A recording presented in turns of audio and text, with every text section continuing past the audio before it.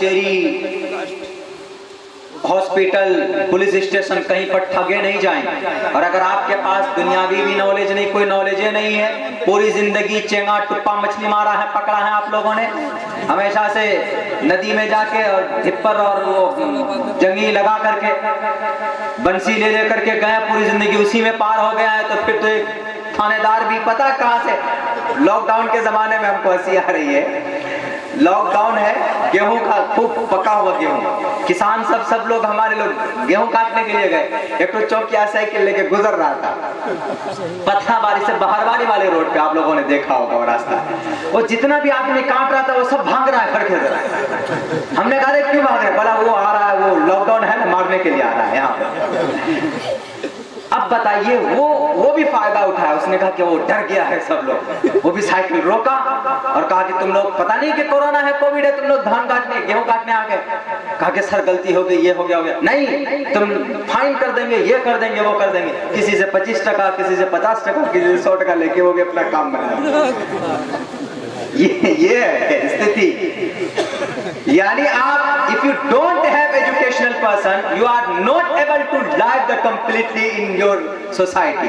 The primary aim of education is to qualify and the prepare the qualification in the development cultural society. Education एक ऐसी चीज है कि आप अपने सोसाइटी को, अपने गांव को, अपने समाज को, अपने घर को तरक्की पर लेके जा सकते हैं। बताइए तो, वहीं पर अगर कोई होता जानकार कच्चा लेके कहता माथे काट देंगे तुम्हारा, दिखाओ कहां पर कोरोना है, तुम साइकिल पे घूमते हो तो कोरोना नहीं है, हम यहाँ आए तुम्हारा अगर नहीं काटेंगे हम तो तुम्हारा पेट में जाएगा कि इतना बड़का बड़का पेट बना लिए हो तुम लोग कुर्सी में बैठ बैठ करके। जवाब दिया जा सकता है, अगर आप हैं पढ़े लिखे तभी आप जवाब देंगे, नहीं है पढ़े लिखे, कुछ नहीं जानते, दस्तखत नहीं जानते, हमेशा सिर्फ हम लोगों ने बस वही यही आपके थप्पोल चौक से गए, भैंस का गोश्त लाए और खाया और बासी भात खा खा कर सोते रहे, तो फिर तो कुछ नहीं होगा समाज का। इसीलिए अगर हम चाहते हैं कि हम अपने समाज को बदलें तो सबसे पहले सबसे बेटर तरीका यह है, टाइम थोड़ा जरूर लगेगा, अपने बच्चों को तालीम दीजिए, अपने बच्चों को कुरान की तालीम दीजिए, उसके बाद फिर आप इसे कुरान बनाने के बाद उन बच्चों को स्कूल में भेजिए। और मैं स्कूल के प्रिंसिपल डायरेक्टरों से भी कहना चाहता हूं, because I am a director, हजरत मौलाना भी डायरेक्टर हैं, प्रिंसिपल हैं, मैं भी। कल आज 26 जनवरी है, आज 26 जनवरी में क्या कराएंगे पता है? पेट में दर्द होगा स्कूल के डायरेक्टर के जो लोग कराते हैं सब, भैया बुरा मत मानना, शरीयत का तकाजा मैं बोल रहा हूं, मैं गालिब दीन। बच्चों को स्पोर्ट सिखाइए, कर्तव्य दिखाइए, मना नहीं, बच्चों से और स्पीच दिलवाइए, जितना भी हुनर है, मॉरल है, हिडन स्किल है, आप शो कराइए लोगों के बीच में। लेकिन एक दो चीज बहुत गलत है, एक तो ये कि बच्चों को जो गाना डांस सिखाते हैं, क्या होने वाला है गाना डांस? कुछ नहीं होने वाला। उसके अलावा और कुछ कराइए अपने बच्चों से।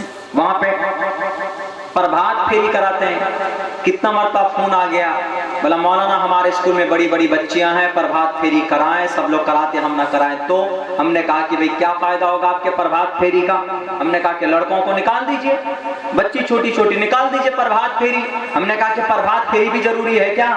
झंडा फहराने के साथ साथ में, बोला सब लोग निकालता, हमने निकालेंगे हमारी बदनामी होगी। तो हमने कहा कि प्रभात फेरी उम्मन इसलिए निकालते हैं, दिखाया जाता है ताकि दूसरे लोगों के बच्चों को दिल में उमंग हो। एक तरह से सूट बूट बच्चे पहने हुए होते हैं तो दूसरे बच्चे भी देखकर अरे कितना अच्छा बच्चा है, देखो दिखने में लग रहा है, उसको भी शौक पैदा होता है। बहुत से लोगों की ये नीयत होती है कि हमारे स्कूल का प्रचार होगा, बहुत सारे मकासद होते हैं।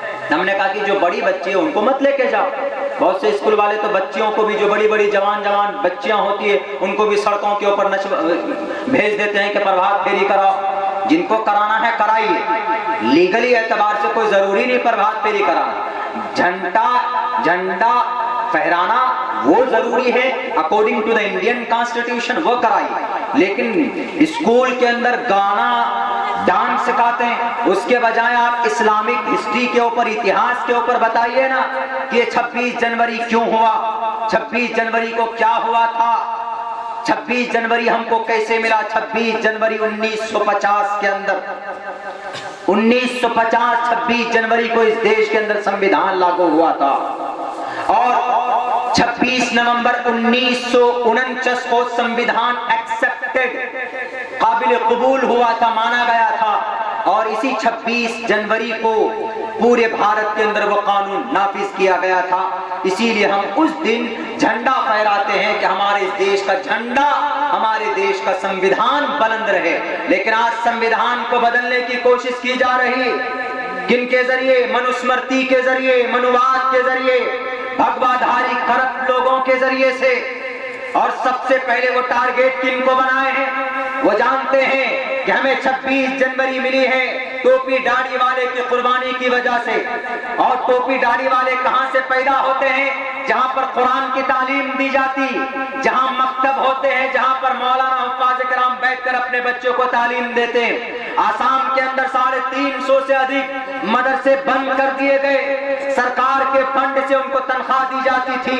आसाम के मदरसे, वहां के मिनिस्टर ने कहा कि जब मदरसों के अंदर कुरान करीम की तालीम दी जाती है तो हम भगवत गीता को भी नाफिज करेंगे, नहीं तो हम मदरसों को फंड नहीं देंगे, इन मदरसों में ताले लगा दो।